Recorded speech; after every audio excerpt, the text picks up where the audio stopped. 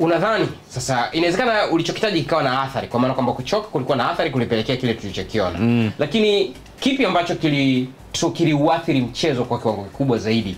Ni mabadiliko aliyofanya mwalimu Romain Folz kunako kipindi cha pili, ama ilikuwa pengine ni kupungua kwa energy ya kikosi cha klabu ya soka ya Pamba katika mchezo husika kuelekea katika kipindi cha pili? Kipi ambacho kiliuathiri mchezo zaidi? Inawezekana vyote viliuathiri, lakini kipi ambacho kilichangia zaidi tukashuhudia kile ambacho tulikishuhudia katika kipindi cha pili? Wachezaji wa Pamba kuchoka kuliwaathiri zaidi.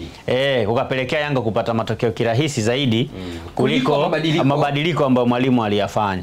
Unajua Dumbi aliingia ikiwa tayari wachezaji wa Pamba wameshaanza kupoteana. The same kwa Pacome ambao ndo wanaonekana kuja kubadilisha zaidi nini? Mchezo. Wakati ambao wanaingia tayari kwa upande wa Pamba wachezaji ni wako battery low, yani ni kwamba tunahitaji kuchaji sasa. Lakini sasa unachaji na nani? Maana inabidi ufanye mabadiliko, lakini unambadilisha Nation anaingia nani? Unambadilisha Mwashinga anaingia nani? Unambadilisha Kunambi anaingia nani? Kwa hiyo ile tofauti sasa ya ubora ikaanza kuonekana pale, kwa sababu nguvu ya Pamba imeshuka, lakini Yanga wao sasa wamezidi kuongeza wachezaji wengine ambao ni bora pia kwenye timu.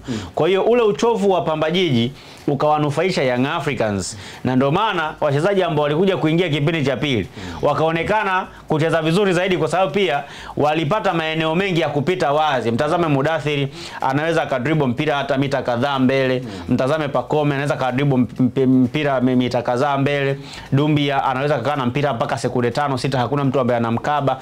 Kwa hiyo inakuwa rahisi kufanya maamuzi, kwa sababu tayari ilifika wakati energy kwa wachezaji wa Pamba ilishuka, na wao kufika tena kwenye maeneo kama ambavyo walifanya kwa dakika 30 za kipindi cha kwanza ikawa ni ngumu. Kwa hiyo ile sasa ikadhiri kwa hukumu zaidi. Unajua kwa Young Africans jinsi ilivyo,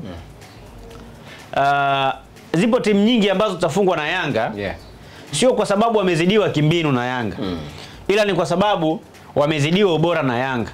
Kwamba kuna wakati kimbinu inawezekana mwalimu wa timu pinzani akawa bora kuliko mwalimu wa Yanga, lakini ule ubora tu wa mchezaji mmoja ukawasaidia Yanga, kwa sababu kadiri muda unavyozidi kwenda unakuta wachezaji wengi wa daraja ya kati uwezo wao unazidi kupungua.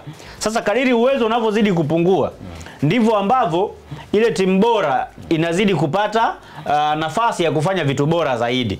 Kwa hiyo hata Young Africans kipindi cha pili pia ilicheza vizuri kuliko kipindi cha kwanza, lakini sio kwa sababu labda wachezaji ambao walikuja ndio walibadilisha mpaka system ya uchezaji.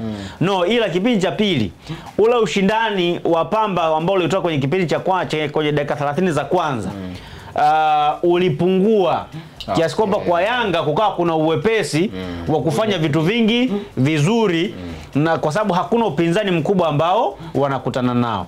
Sawa, hii nimeelewa kwa uzuri kabisa Alex Ngereza kwenye kile ambacho nakizungumza. Na mtazamaji wa TV3, uchambuzi hapo unaendelea kwa kina kuhusiana na mchezo siku ya jana ligi kuu ya soka Tanzania bara, Young Africans wakifanikiwa kukusanya alama zote 3 kwenye mchezo wao dhidi ya Pamba Jiji, wakipachika pia mabao 3 vile vile, na mchezo ukaenda kumalizika hivyo. Lakini nikwambie tu kwamba unaweza kaendelea kutufuatilia pale Instagram, ukipita unaweza kaandika TV3 TZ, tunapatikana hivyo, na ukatufollow pale kwa uzuri kabisa. Lakini tunaendelea kupatikana pia Facebook, Thread, X na kwingineko, ukiandika pia TV3 Tanzania. Kikubwa zaidi pale YouTube andika TV3 Tanzania, tunapatikana hivyo. Ukiandika pale YouTube TV3 Tanzania utaona moja kwa moja, na hakikisha kwamba una subscribe, na baada ya kusubscribe angalia pale kwenye videos pale eneo la live, utatutazama kwa uzuri. Kwa hiyo kama unatoka sehemu moja kwenda sehemu nyingine, bado una nafasi ya kuendelea kufuatilia kurasa mwanzo mwisho, ukipata madini ya hapa na pale kuhusiana na kile ambacho tumekuandalia katika siku ya leo, mtazamaji wa TV3 kwa uzuri kabisa. Na unahakikisha kwamba una subscribe hapo na kugusa alama ya kengele, ili pindi ambapo session hizi zinapokuwa zinaanza, kwa mtu wa kwanza kidogo unajuzwa, hata kama uko busy hivi unakumbushwa na mambo yanakwenda sawa bin sawia. Lakini kwenye ukurasa wa Instagram ukitaka kunifollow mimi ama kunifuata mimi, andika Musa Mkwaju ya Kiswahili, MUSA Mkwaju, MUSA Mkwaju, Musa Mkwaju ya Kiswahili kabisa, ina mbwembwe S1, mambo yanakaa vizuri. Nifuate hapo pia, tunazungumza kuhusiana na mchezo na kutoa dodoso za hapa na hapa, huku tukichachawiza kwa namna moja ama nyingine. Lakini ndugu yangu pia Alex Ngereza hapo unaweza kumfollow pale Instagram kwa uzuri, andika Alex Ngereza 1, Alex Ngereza 1, na ukutana na ile account ambayo pengine inakushtua kidogo, kwa maana kwamba huoni idadi kubwa ya watu ambao wanamfollow kama ilivyokuwa kabla, hakikisha kwamba unaifollow account hiyo, kwa sababu account yake kwanza imepata mushkeli, lakini iko kwenye harakati ya kuiweka sasa. Sasa wakati huo akiwa anaiweka sawa, sio sababu ya sisi kuendelea kukosa madini. Kwa hiyo hakikisha kama unamfollow hapo na mambo yanakuwa vizuri kabisa. Jambo linakaa mahala pake pale YouTube.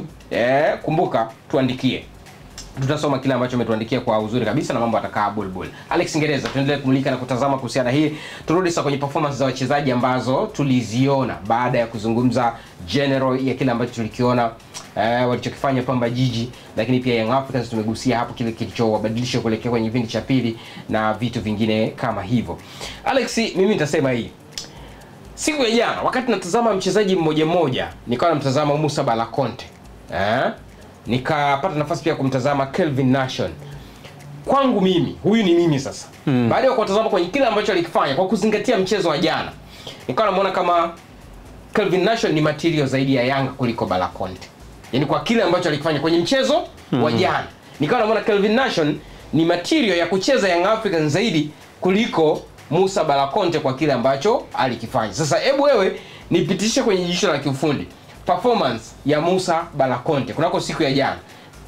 Kimajukumu na nafasi yake aliyokuwa anacheza, pengine ilikuwa ni sawa, kuna kitu kilipelea, kwa sababu kuna muda niliona alifanya tukio hadi Roman Falls akaitisha kikao na msaidizi wake pale.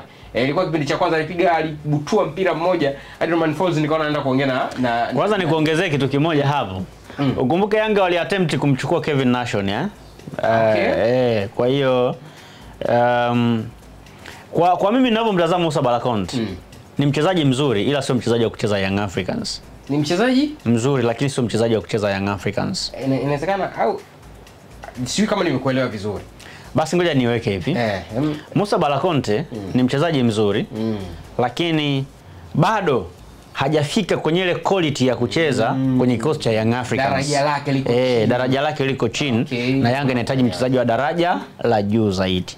Maana ni mchezaji ambaye Yanga hawakufanya analysis ya kutosha wakati wanamchukua Musa Bala Conte kwamba anaofa nini kwenye timu aliyokuepo na wao wanahitaji nini na timu yao kwa wakati huo mchezaji ambaye anaondoka na yeye wana uwiano ama hawana uwiano.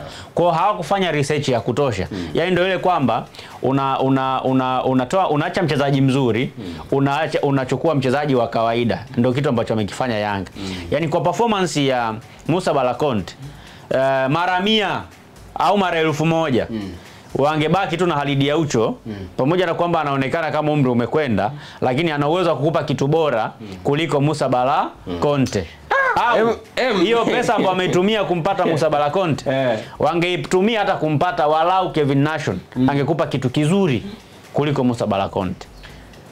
Yaani sio mara moja, sio mara 2, sio mara 3, ila ni mara 100 zaidi wangebaki na Khalid Aucho kuliko Musa Bala Conte.